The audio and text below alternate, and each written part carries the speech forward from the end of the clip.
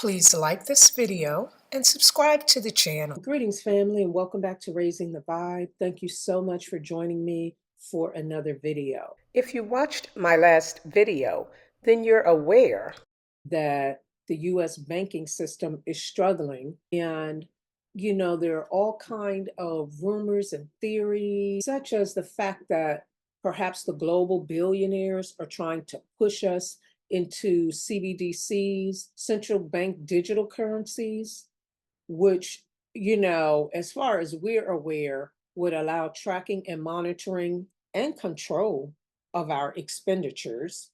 And unsurprisingly, most Americans are not in favor of that. So we see in a study that was conducted last year that only 16% of Americans are in favor of our government issuing central bank digital currency. That is a very low percentage. And as we already know, at least from my previous videos, and in my opinion, our politicians could care less about what Americans want and what we don't want. But in this surprising instance, I've seen where a number of states have begun publishing legislation that prevents the issuance of CBDCs. As you can see from the following chart, at least 13 states have passed laws against CBDCs, most of them declaring that CBDCs are not actual money.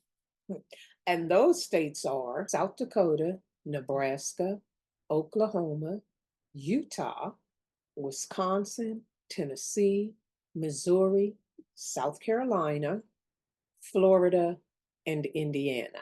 And in those states, either legislation has been proposed or legislation has been passed that declares that CBDC is not money or is not currency. And I need to look into moving into some of those states because I'm sure it comes as no surprise that I'm not in favor of digital currency being issued by the American government. A number of states, including some that I've already listed, have passed or have proposed legislation that would block states from accepting CBDC as payment.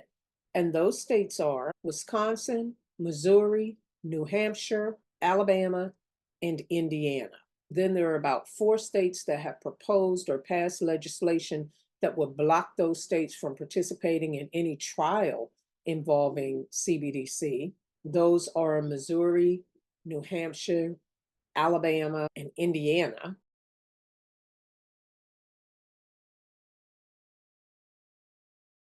So in this one instance, and hopefully these kinds of things will be growing, we're seeing that some of the states are not on board with central bank digital currency either, just like the bulk of American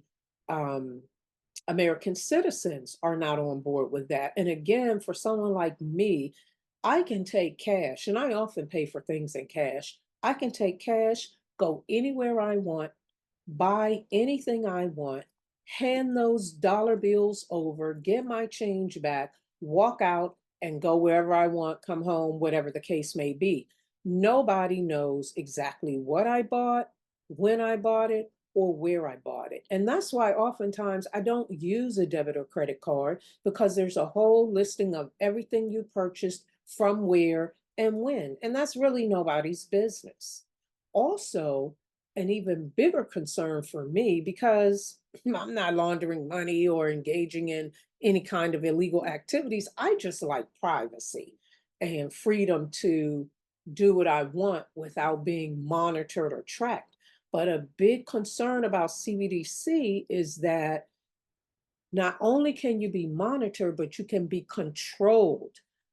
Your spending can be controlled because that is a digital currency, which can be programmed to limit the things you can buy, to limit the amount that you can spend in a given period of time. It's all digital. It's all controllable. And for people like me, we don't want to be controlled. You can only spend X amount of dollars on this, especially if they put it together with those carbon emission standards that they're trying to implement across the globe. So, that would be my concern. And I'm happy to see that a number of states are not on board with any CBDCs. That's a good sign. The surprising thing is there's also been some federal legislation proposed that is anti CBDC. It has been reported that in September of last year, the House Financial Services Committee voted in favor of the CBDC Anti-Surveillance State Act. And according to that act, the Federal Reserve Banks would be prohibited from directly or indirectly issuing a CBDC. Not only that, the Federal Reserve Banks set monetary policy in the US, and the act would prevent the Federal Reserve Banks from using CBDC for monetary policy. So that would effectively shut it down. However, that's just one committee in Congress. And so, of course, there are a number of other steps that will have to be taken before that could become law. But it's promising. We've got people listening and doing things that most Americans are in favor of with respect to CBDC. So, from my perspective, that's an improvement from these politicians that we have. And then I'm sure it will come as no surprise that a couple weeks ago, former President Donald Trump vowed to block a CBDC if he becomes president again. And while I am in favor of that, I don't know that that would be enough to convince me to vote for Donald Trump. I'm not convinced to vote for him or Biden. But anyway, this is all looking promising for us and leaves people like me hopeful that we will not have to contend with a CBDC that can be programmed, tracked, monitored, all the things that I just mentioned. I'm going to end here. I don't want this video to be too long. Until the next video, family, peace and love and light. Please like this video and subscribe to the channel.